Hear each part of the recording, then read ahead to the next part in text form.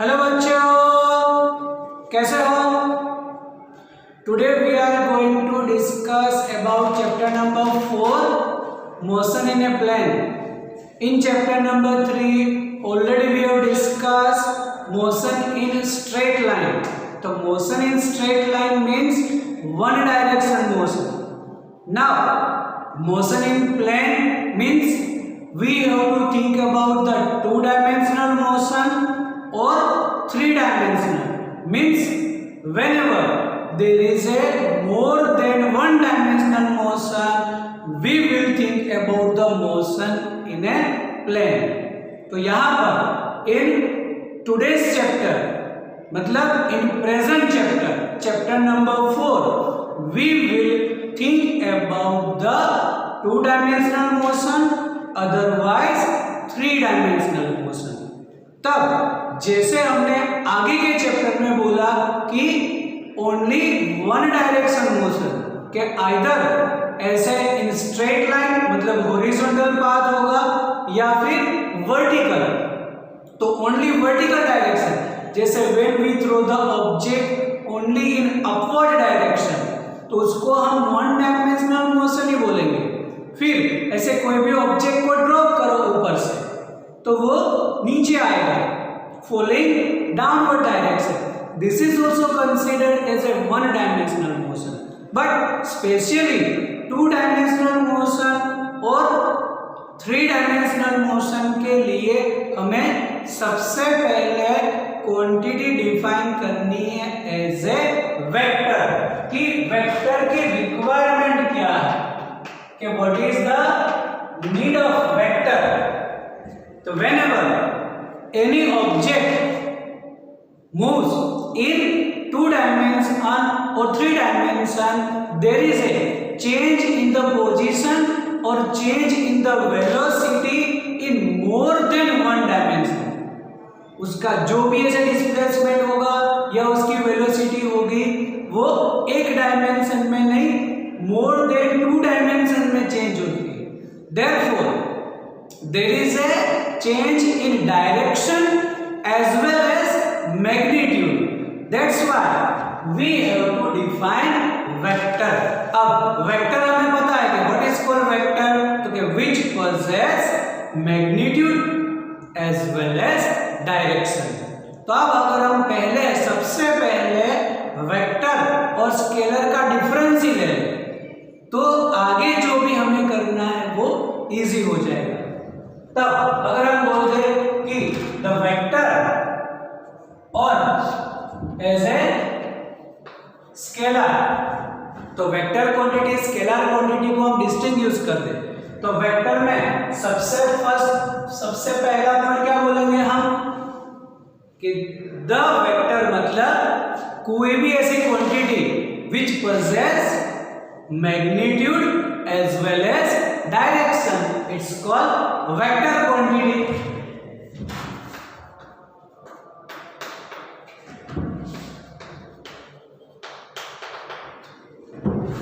तो बोलेंगे the quantity which possess magnitude as well as direction it's called vector quantity. तो यहां पर which possess only magnitude. Second point, जो भी वेक्टर क्वांटिटी है अगर वो चेंज होगी तो वो चेंज कैसे होगी, तो कि either there is a change in magnitude और डायरेक्शन और बोथ. मतलब it can be changed by changing either magnitude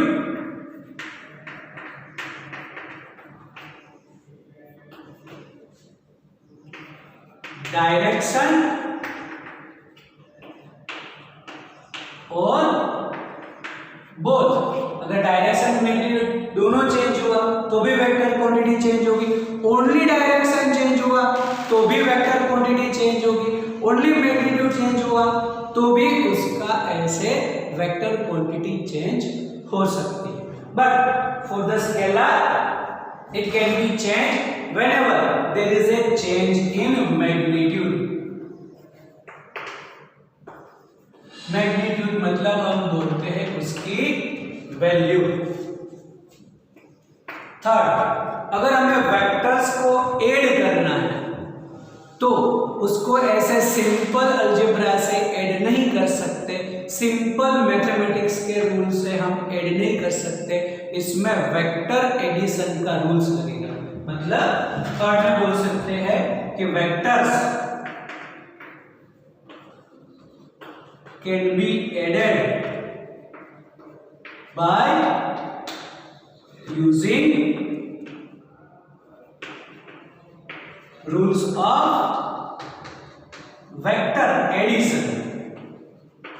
vector addition का रूल क्या है वो अभी हम नेक्स्ट में करेंगे, लेकिन ऐसा बोल सकते हैं कि vectors can not be added algebraically like scalar. Scalar quantity जो है उसको हम डायरेक्ट ऐड कर सकते हैं। It can be added algebraically.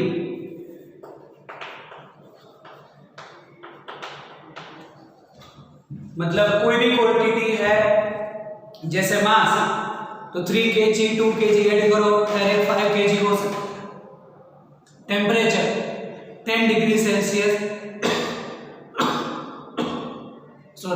20 degree Celsius, तो डायरेक्ट 30 डिग्री सेल्सियस हो सकता है, उसको अलजेब्रिक सम बोलते हैं। But vectors can not be added algebraically, उसका वेक्टर एडिशन का रूल है। रूल अभी आगे जाके हम करेंगे।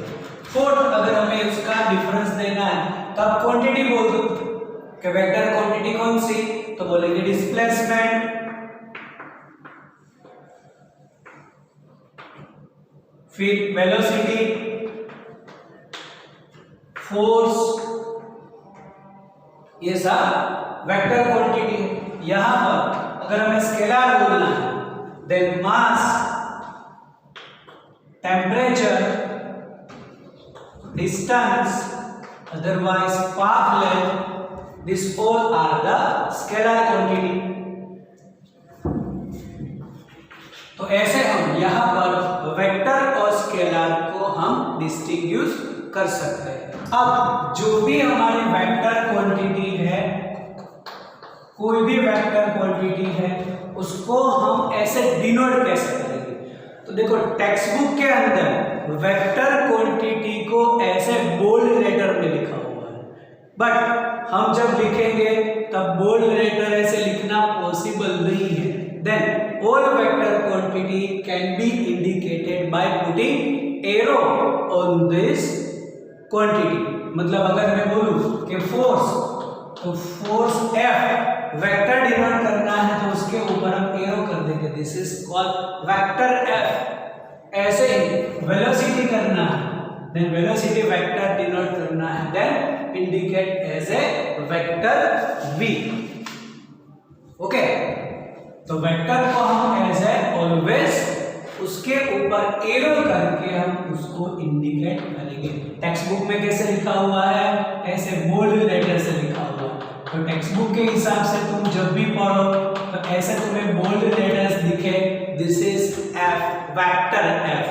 टेक्स्ट बुक के अंदर ऐसे कहीं पर भी एरो गिवन नहीं है, कहीं पर भी ऐसे बोल्ड लेटर देखो मतलब वो वेक्टर है। लेकिन हम जब भी लिखेंगे हमारी स्टाइल ऐसी रहेगी, क्योंकि ऐसे 2-3 बार ऐसे लिखना हमारे लिए पॉसिबल नहीं है, और ऐसा करने जाओगे तो भी ऐसे लिखा हुआ जो है वो भी ऐसे अच्छा रिप्रेजेंटेशन नहीं रहेगा। इसलिए हम ऐसे कभी भी इसको हम डिनोट नहीं करेंगे। Always we will denote the vector by putting arrow on this quantity. जैसे डिस्प्लेसमेंट करना है तो displacement vector quantity as a D. Okay, चलो अब एक हमें डिफाइन करना है पोजीशन वेक्टर।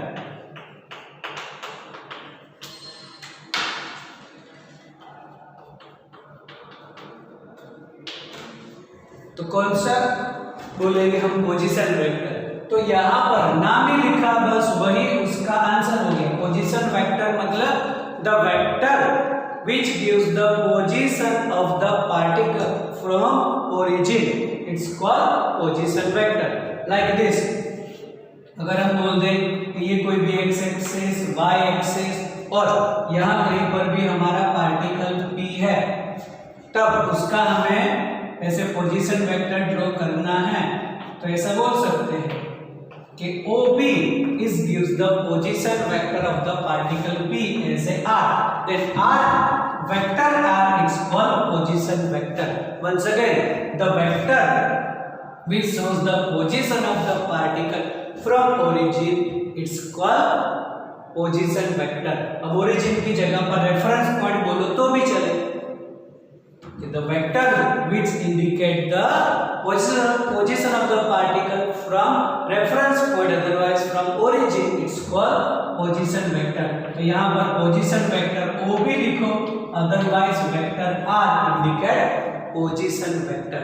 चलो अब इसी में हमें थोड़ा आगे करना है displacement vector. तो किसको बोलेंगे हम displacement vector? तो उसमें भी बोल देंगे कि जो भी नाम है बस उसी को ऐसे थोड़ा सोचो कि displacement vector,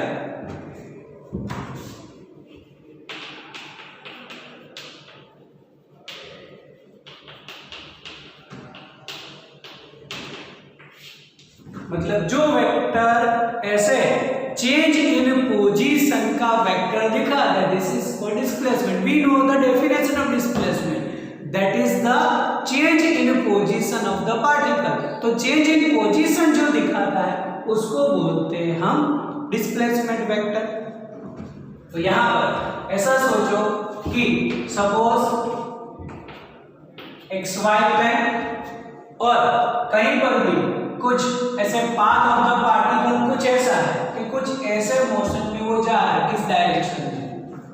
Then initially particle at point P, then we can say its position vector is R from origin. This indicate position vector.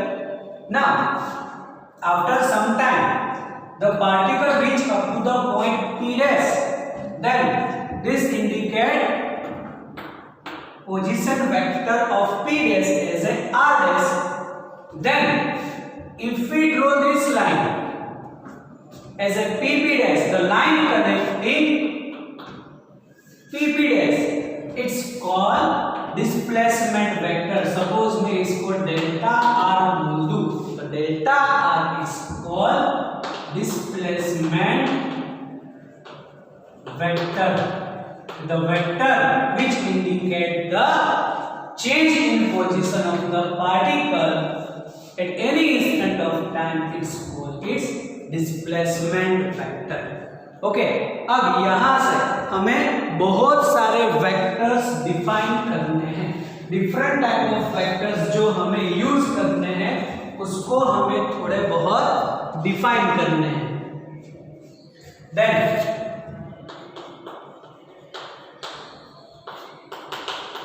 First vector, चलो ऐसा बोल सकते हैं कि पैरेलल वेक्टर.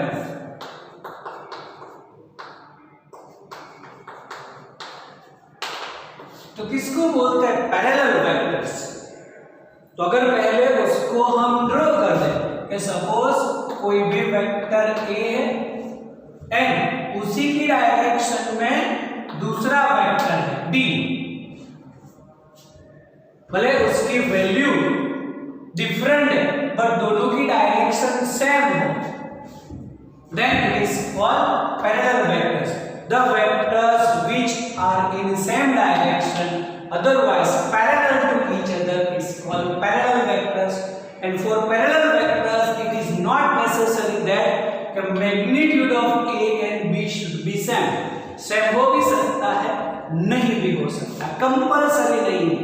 लेकिन जैसे मैं बोल दूं कि ये A वेक्टर है और ये वाला मेरा B वेक्टर है, अब दोनों की यहां पर डायरेक्शन सेम है, तो इसको मैं बोल सकता हूं पैरेलल वेक्टर. ऐसे ही सेकंड एंटी पैरेलल वेक्टर.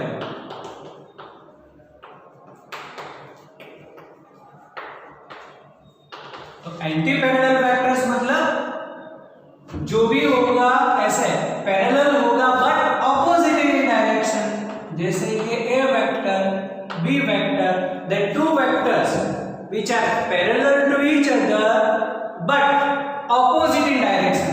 यहां पर बोल सकते हैं कि parallel to each other in same direction, it is parallel vectors. Then anti-parallel, the vectors which are same in direction but opposite in direction, it's called anti-parallel vectors. चलो third vector define करना है हमें, equal vectors. किसको बोलेंगे हम? Equal vectors. तो equal vectors में हमें बोलना पड़ेगा, सपोज ये p वेक्टर है तो उसी की डायरेक्शन में और वैल्यू भी सेम होगी, मतलब the vectors which are parallel to each other, same in direction and equal in magnitude called equal vectors. आया समझ में? अब पैरेलल और इक्वल वेक्टर्स को सिर्फ सोचो। पैरेलल में हमने क्या बोला था कि मैग्नीट्यूड उसका सेम हो भी सकता है, नहीं भी हो सकता, कंपल्सरी नहीं। For parallel vectors should be parallel to each other and it should be same in the direction. लेकिन for equal vectors we can say the vectors which are same in direction, parallel to each other and equal in magnitude called equal vectors. ऐसे ही एक हमें define करना है अपैरेलल vector.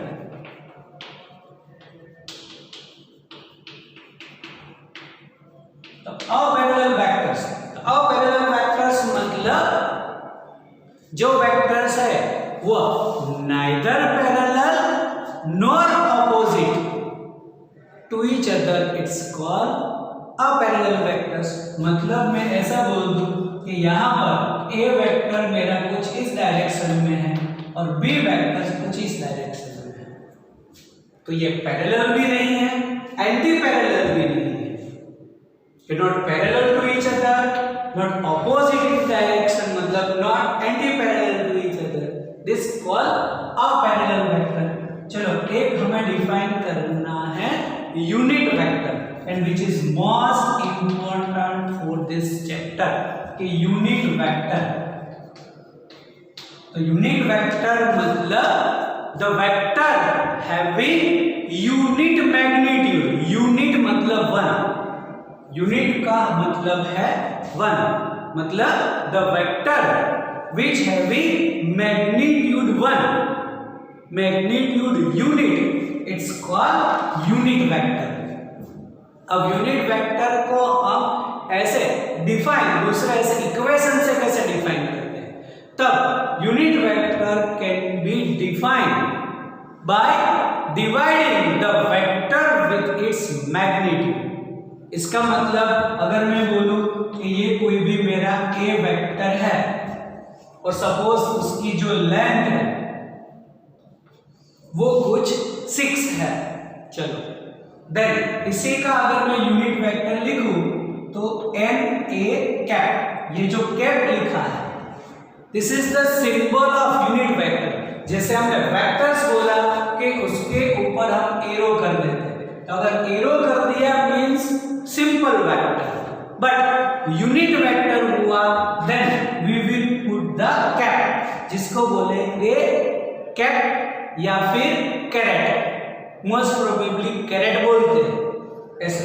तो n caret, तो n caret is the symbol of unit vector. अब a का है तो ऐसे बोल सकते हैं कि an A caret, either you can say an A cap. तो an A caret, an A cap is the unit vector of A. तो उसको आप इक्वेशन से कैसे डिफाइन करेंगे? तो बोला हमने कि just divide the vector with its magnitude. इसका मतलब वेक्टर ए को उसी के मैग्नीट्यूड से डिवाइड कर दो। तो मैग्नीट्यूड मतलब उसको हम मोड में लिखेंगे। तो ये ऐसे कभी कोई भी मोड में लिखा हो मतलब समझना है इसका मैग्नीट्यूड, जिसको हम ऐसे भी लिख सकते हैं तो vector A divided by A, तो A is equal magnitude of A, value of A. Then unit vector can be defined by dividing the vector with its magnitude, उसी के मैग्नीट्यूड से डिवाइड करो। अगर यहाँ पर हमने इसका 6 बोला हुआ है, देन वेक्टर डिवाइडेड बाय अगर मैं 6 लिख दूं, it is called its unit vector. तो किसी वेक्टर को हम उसी के मैग्नीट्यूड से डिवाइड कर दे, it is called unit vector, मतलब उसका मैग्नीट्यूड हो जाएगा 1 unit. Then symbolize as A caret या फिर कैप। अब यहां से अगर इसी को हम थोड़ा बहुत लिखे आगे, specially unit vector, because it is most important. चलो अब मैं वापस लिख रहा हूं कि ए जो है that is unit vector is vector divided by its magnitude. Then according to the rules of maths, अगर ए को मैं सब्जेक्ट कर दूं, then vector a is equal to a into N A caret. इसका मतलब अब जो भी वेक्टर है उसको हम कैसे लिख सकते हैं? एक तरीका ऐसा है कि उसके ऊपर वेक्टर लिख दो, मतलब वेक्टर की साइन कर दो, that is represent the vector A. अगर वेक्टर में नहीं लिखना है तो कैसे लिखेंगे? Magnitude into its unit vector, मतलब the product of magnitude of the vector and its unit vector, it's called vector. देखो वेक्टर को अगर तुम यहाँ पर इसको सब्जेक्ट कर दो, it is A into N A. तो ये मोस्ट इंपॉर्टेंट है, आगे जाके हम इसका यूज करेंगे। Once again, vector can be represented by product of magnitude of the vector with its unit vector a into N a. चलो अब जो भी हम यूनिट वेक्टर बोलते हैं उसकी प्रॉपर्टीज क्या है, कि यूनिट वेक्टर जो है वो क्या रिप्रेजेंट करता है। देन यूनिट वेक्टर सबसे पहले तो डायरेक्शन देगा, तो यूनिट वेक्टर की डायरेक्शन कौन सी होगी? It is in the direction of the vector, मतलब unit vector represent, unit vector represents direction of vector. Otherwise unit vector की जो डायरेक्शन होगी वही वेक्टर की डायरेक्शन, या वेक्टर की डायरेक्शन में ही यूनिट वेक्टर होता है। ओके, देन यूनिट वेक्टर मतलब इसका मैग्नीट्यूड यूनिट है। And the third and most important, the unit vector is unitless, dimensionless. The unit vector जो है वो unitless, dimensionless। मतलब अगर कोई ऐसा पूछे कि what is the dimension formula of unit vector, तो this is m0 l0 t0, otherwise it is unitless. MCQ के टर्म्स में होगा, अलग अलग ऐसे लिखा होगा, कहीं पर भी लिखा होता है यूनिटलेस, डायमेंशनलेस, कई बार लिखा होगा m0 l0 t0। तो मोस्ट इंपॉर्टेंट यूनिट वेक्टर, अब देखो नाम है उसका unit vector, but it is unitless, उसका कोई यूनिट नहीं है, क्योंकि वेक्टर को उसी के हमने मैग्नीट्यूड से डिवाइड कर दिया। अगर ये वेलोसिटी का वेक्टर हुआ तो वेलोसिटी मीटर पर सेकंड, उसकी वैल्यू भी मीटर पर सेकंड में आएगी, then it will be cancelled, that's why it is unitless, dimensionless. आया समझ में? इसकी प्रॉपर्टी मोस्ट इंपॉर्टेंट है, क्योंकि ये भी आगे जाके हमें कहीं ना कहीं डायरेक्टली इनडायरेक्टली यूज करनी है। Once again, the unit vector मतलब उसकी प्रॉपर्टीज में तो सबसे पहले वो डायरेक्शन ऑफ वेक्टर देगा। हमें यूनिट वेक्टर की डायरेक्शन पता चलेगी तो वेक्टर की डायरेक्शन भी पता चलेगी। अगर वेक्टर की डायरेक्शन पता है then we can represent the direction of unit vector. ऐसे सेकंड, उसका वैल्यू तो यूनिट है। And third and most important, the unit vector is unitless dimensionless.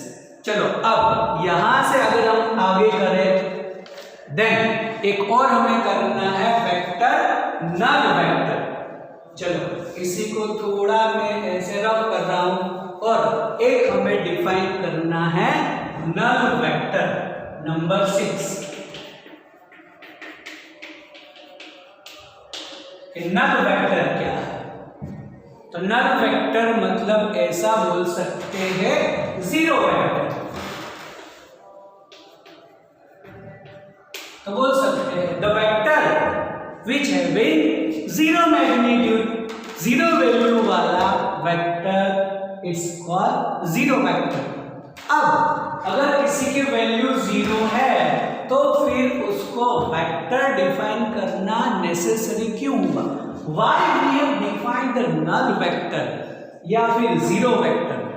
Definition तो बोल दी चलो हमने कि the vector which having the zero value, zero magnitude, it's called null vector. लेकिन उसकी नेसेसिटी क्यों हुई? यहां पर हमें नल वेक्टर क्यों डिफाइन करना पड़ा? अगर कोई की वैल्यू जीरो ही है तो फिर उसको डिफाइन करना नेसेसरी क्यों हुआ?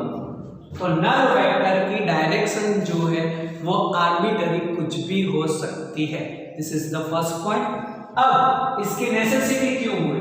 तब अगर कोई भी पार्टिकल स्टेडी है और वो ओरिजिन पर है तो हमें उसको अगर वेक्टरली रिप्रेजेंट करना है तो बोलना पड़ेगा it is null vector, zero vector.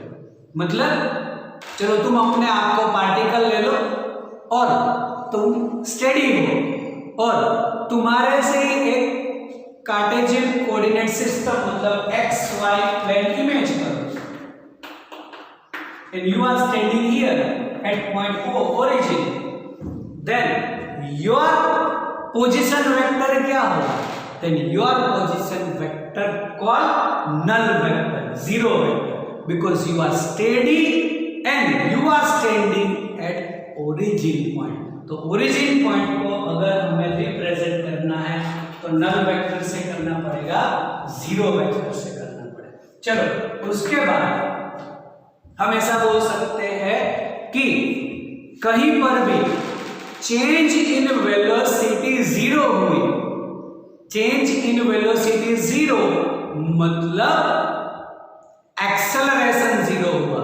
इसका मतलब any particle moving with uniform velocity. तो अगर यूनिफॉर्म मोशन है तो फॉर यूनिफॉर्म मोशन मतलब यूनिफॉर्म वेलोसिटी हम क्या बोलते हैं? Acceleration is zero. तो ये जो एक्सेलरेशन का वेक्टर है बट इसकी वैल्यू जीरो है। We know that any particle performing uniform motion moves with the constant velocity, then change in velocity is zero. Change in velocity zero मतलब acceleration zero. तो acceleration zero मतलब ये हो गया हमारा नल वेक्टर। तो vector तो बोलेंगे ही हम कि एक्सेलरेशन वेक्टर है ऐसे, लेकिन वैल्यू उसकी जीरो है तो यहाँ पर भी उसको हमें डिफाइन करना पड़े। तो ऐसे हमने अलग अलग वेक्टर्स डिफाइन किए। चलो अब ये जो भी हमने वेक्टर्स डिफाइन किए, अब वेक्टर्स को हमें अगर कुछ मल्टीप्लाई करना है तो वेक्टर्स को एज ए स्केलर से हम मल्टीप्लाई कर सकते हैं। मतलब ऐसा बोल सकते हैं कि vectors can B multiply with scalar. इसका मतलब चलो मैं ऐसा बोल दूं कि कोई भी वेक्टर मेरा a है, दिस इज ए वेक्टर, उसको मैं कोई भी वैल्यू से, सपोज वैल्यू का सिंबल मैं अभी लैम्डा लिख रहा हूं और इट्स वैल्यू इज 2, इसको मैं यहां से ऐसे मल्टीप्लाई कर दूं तो मुझे सेकंड वेक्टर मिलेगा b vector which having double it's value. मतलब ऐसा बोल सकता हूं मैं, it is lambda into A, that is 2a। तो जो भी वेक्टर है उसको तुम स्केलर कोई भी क्वांटिटी से मल्टीप्लाई करो तो उतने टाइम्स को हो जाएगा। तो vectors can B multiply with scalar, हो सकता, मल्टीप्लिकेशन हो सकता है। हाँ, एडिशन करना है तो उसका रूल अलग है, वो भी हमें करना है आगे जाकर। फिर अब यही वेक्टर है, चलो उसको मैं ऐसे माइनस से मल्टीप्लाई करूं तो फिर उसकी डायरेक्शन अपोजिट हो जाएगी। लाइक ए वेक्टर, अगर मैं उसको मल्टीप्लाई करूं -2 से, देन हमें दूसरा वेक्टर तो मिलेगा b, but the b is equal to -2a। तो -2 से मल्टीप्लाई किया तो उसकी डायरेक्शन जो है वो चेंज हो गई। तो ऐसे हम vectors can B multiplied with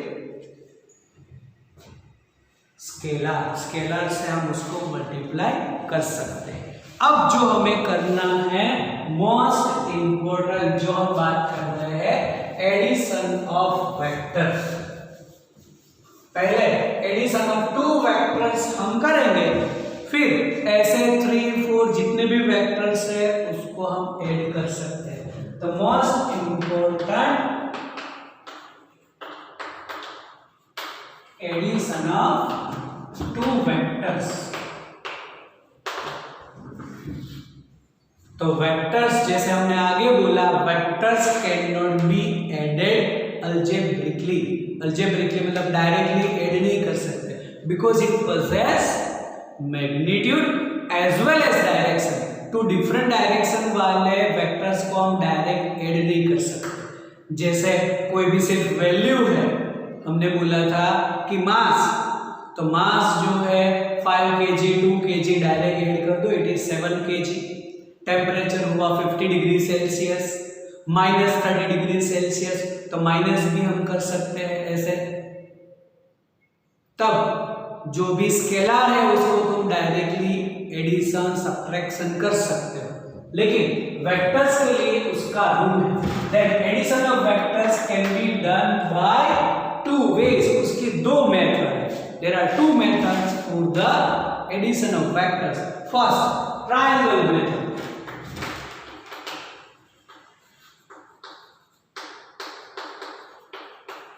and second the parallelogram method।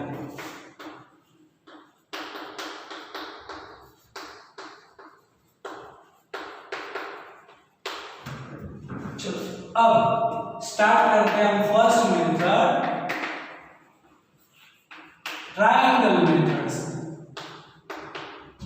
इसका मतलब, चलो मेरे पास कोई भी ऐसा कोई वेक्टर है a और यहां कोई भी वेक्टर है b, इसको मुझे ऐड करना है। अब डायरेक्ट तो नहीं कर सकता, तब for the triangle method just draw a vector as a OP, मतलब OP वेक्टर, एक नया वेक्टर हमें ड्रॉ करना है जिसकी वैल्यू a जितनी हो। मतलब मैं ऐसा ड्रॉ कर सकता हूं कि this is OP vector and which is same in direction, same in magnitude of a, तो OP represent a। Then this is called tail of the vector a and this is called head of the vector a। अब the second vector को कैसे draw करना है? Following the triangle method, just put the, otherwise draw the second vector which is in same direction, but tail of the second vector should be on the head of the first vector। मतलब ये जो head है first vector का, उसके ऊपर ये b की tell होनी चाहिए, इसकी डायरेक्शन चेंज नहीं होनी चाहिए, मतलब ऐसे। तो दिस इज कॉल्ड, चलो इसका नाम बोल देता हूं PQ। Then PQ is called B vector, direction भी सेम है, उसकी वैल्यू भी सेम है, बस ड्रॉ कैसे करना है? Then just place the tail of the second vector on the head of first vector. Then this is b. Vector को हम डिस्प्लेस कर सकते हैं, जैसे यहाँ पर ड्रॉ किया, मैं यहाँ पर ड्रॉ करूँ तो भी वो बी वेक्टर, क्योंकि पैरेलल वेक्टर है तो पैरेलल वेक्टर में इक्वल वेक्टर्स हम बोल सकते हैं। तो अगर मैं यहाँ पर भी ड्रॉ करूँ तो भी ये बी वेक्टर ही बोलूंगा मैं, यहाँ पर भी ड्रॉ करूँ तो भी वो B vector, because equal vector. Equal vectors मतलब same in magnitude and direction.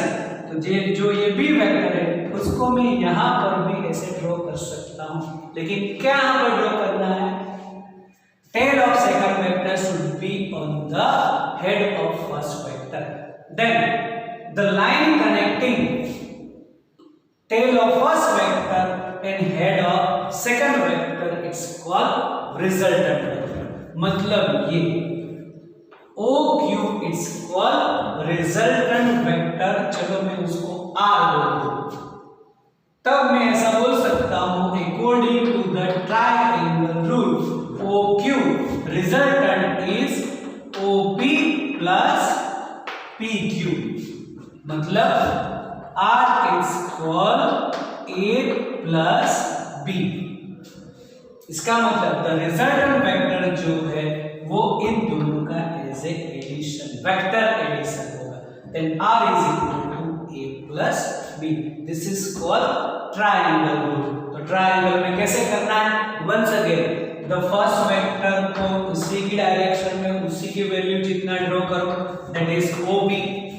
The second vector place such a way that tail of the second vector should be on the head of first vector as a B.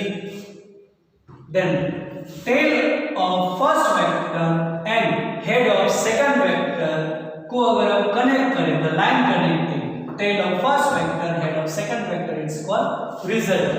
The resultant R is equal to A plus B. इसको बोलेंगे हम triangle method. चलो अब दूसरी method करते हैं parallelogram method.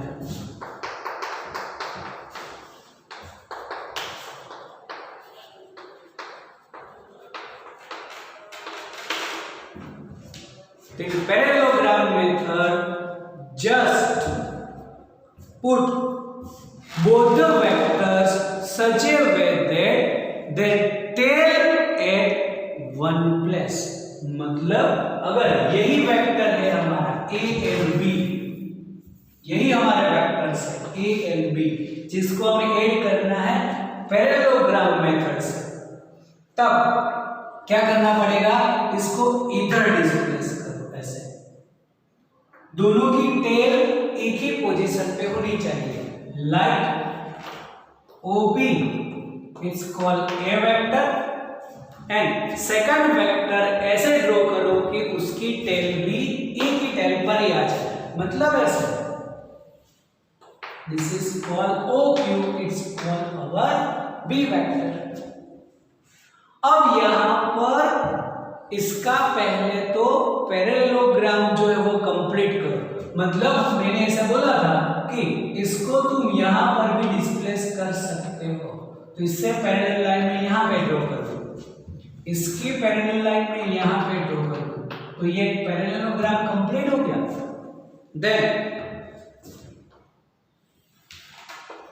OS represent the resultant vector R, और R की वैल्यू क्या होगी? मतलब what about the R? Then it is OP plus OQ, that is also A plus B. Then parallelogram nothing but triangle method ही हुई। कैसे triangle method? देखो ये हमने यहाँ पर बोला कि इस वेक्टर्स को ऐसे हमने ड्रॉ कर दिया, ओके, कि दोनों की टेल एक ही पोजीशन पर। हमने बोला था वेक्टर को हम उसकी पोजीशंस चेंज कर सकते हैं, मतलब उसी की डायरेक्शन में ऐसा, तो PS और OS इक्वल वेक्टर्स है, मैग्नीट्यूड सेम ही होगा, तो ये जो वेक्टर है वो क्या हो गया? ऐसा ही हो गया कि नहीं? The tail of second vector on the head of first vector. Then ये जो हमने ड्रॉ कर दिया, this is the tail of first and head of second. तो ये ट्रायंगल मेथड ही हो गया। बस इसमें थोड़ी मेथड में डिफरेंट है। आंसर जो है वो दोनों का सेम आएगा, r is equal to a plus b, मतलब the resultant vector is the vector addition. Triangle से करो कि पैरेललोग्राम से करो, दोनों में आंसर सेम आता है, कोई डिफरेंस नहीं है, बस मेथड उसकी डिफरेंट है। ट्रायंगल में हमें ऐसे बोलना है उसको कि सेकंड को फर्स्ट के हेड पर रखो ऐसे, तो ये ट्रायंगल मेथड है। पैरेललोग्राम के लिए हम दोनों वेक्टर्स की टेल को एक ही पोजीशन पर बोलेंगे, ऐसा कुछ, तो ये हो जाएगा ऐसे पैरेललोग्राम मेथड। लेकिन उसमें हम इसका पैरेललोग्राम कंप्लीट करेंगे तो one type of triangle rule जैसा ही हो गया। Then this is also b, then a plus b is r, दोनों में आंसर सेम आता है।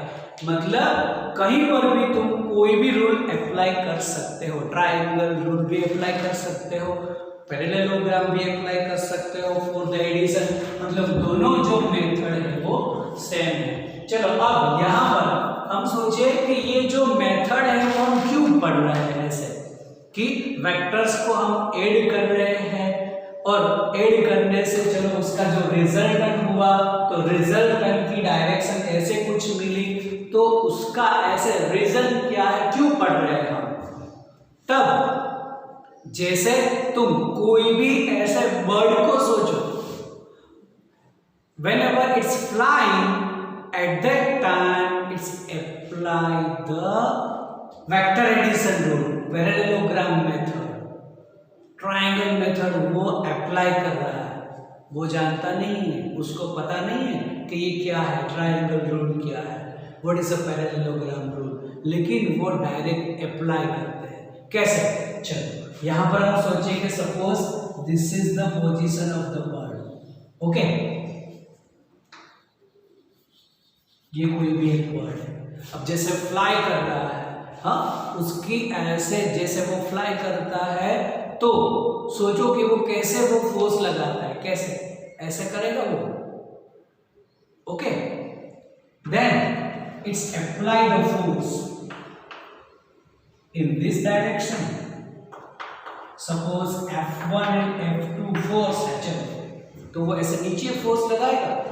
अब नीचे फोर्स लगाता है तो ऊपर क्यों जाता है वो, तब ये जो है अगर उसका हम डायरेक्शन को एक्सटेंड करें, then it pass through the some origin position O, and according to the Newton's third law, याद करो what is the Newton's third law, action and reaction equal and opposite, जैसे वो एयर के ऊपर नीचे force लगा रहा है, then air also apply the force in opposite direction, तो ये भी फोर्स होगा F1 F2 but opposite direction, तब इसका जो रिजल्टेंट मिलेगा वो कुछ ऐसा है, दिस इज कॉल्ड रिजल्टेंट। मैंने सिर्फ डायरेक्शन बोली है, तो रिजल्टेंट डायरेक्शन इस डायरेक्शन में, इसीलिए वो ऐसे अपवर्ड डायरेक्शन में फ्लो होता है ना। चलो एक और एग्जांपल लेते हैं, फॉर द स्लिंग, ऐसा कुछ होगा, यूज किया ही होगा ऐसे बचपन में, किसी को टारगेट करने के लिए, किसी को मारने के लिए, है ना। तब यहां पर जो भी उसका कुछ ऐसा रबर जैसा हम लगा देते हैं और इसको हम खींचते हैं ऐसे, कुछ ऐसे, है ना। तो जैसे जितना खींचेंगे हमारे हाथ के ऊपर भी फोर्स बढ़ेगा, कौन सी डायरेक्शन में, ऐसा है, तो वो जाता कौन सी डायरेक्शन में, जो स्टोन है यहाँ पर, तो इस डायरेक्शन में जाएगा कि इस डायरेक्शन में जाएगा, एक भी नहीं, उसका जो रिजल्टेंट बनेगा ऐसे, वो इस डायरेक्शन में जाता है। हम जब भी उसको ऐसे टारगेट करते हैं तो इसको सेंटर को देखते हैं, है ना, सेंटर को देखेंगे और वो वाला मैच करेंगे, तब जाके वो टारगेट होगा, not in this direction, not in this direction, उसका जो रिजल्टेंट है वो ऐसे। Then indirectly also we have used parallelogram method, triangle method, है ना, ये हमने यूज कर रखा है बचपन में, टारगेट तो किया ही होगा किसी को। तब इससे हम जो भी टारगेट करते हैं तो वो जाएगा उसके रिजल्टेंट डायरेक्शन। ऐसे यहाँ पर फोर्स लग रहा है तो ये इसका ओरिजिन हो गया, बस जो रिजल्टेंट डायरेक्शन है वो इस डायरेक्शन में। This is called law of parallelogram method. चलो इसके आगे भी हमें करना है, लेकिन पहले यहाँ तक कंप्लीट कर दो, अच्छी तरह से समझ लो। इसके आगे हम इसी रूल्स को हम आगे बढ़ाएंगे, लेकिन पहले यहाँ तक कंप्लीट कर दो।